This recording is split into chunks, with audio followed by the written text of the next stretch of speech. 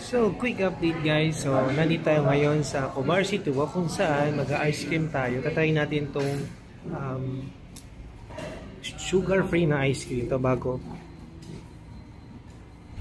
So, tatry ko yung chocolate. Nandito tayo sa may Joella Cremeria Italiana.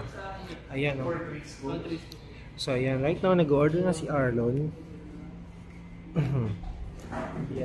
Tinay ko na, tinikman ko na yung sugar free nila. So, safe tayo dito because bawal tayo ng masugar para maiwasang mag-trigger ang ating gout. So, nandito tayo ngayon sa Cobar City Walk guys.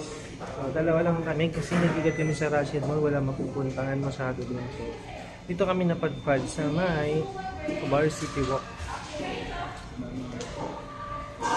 Hanap tayo ng upuan. Let's go!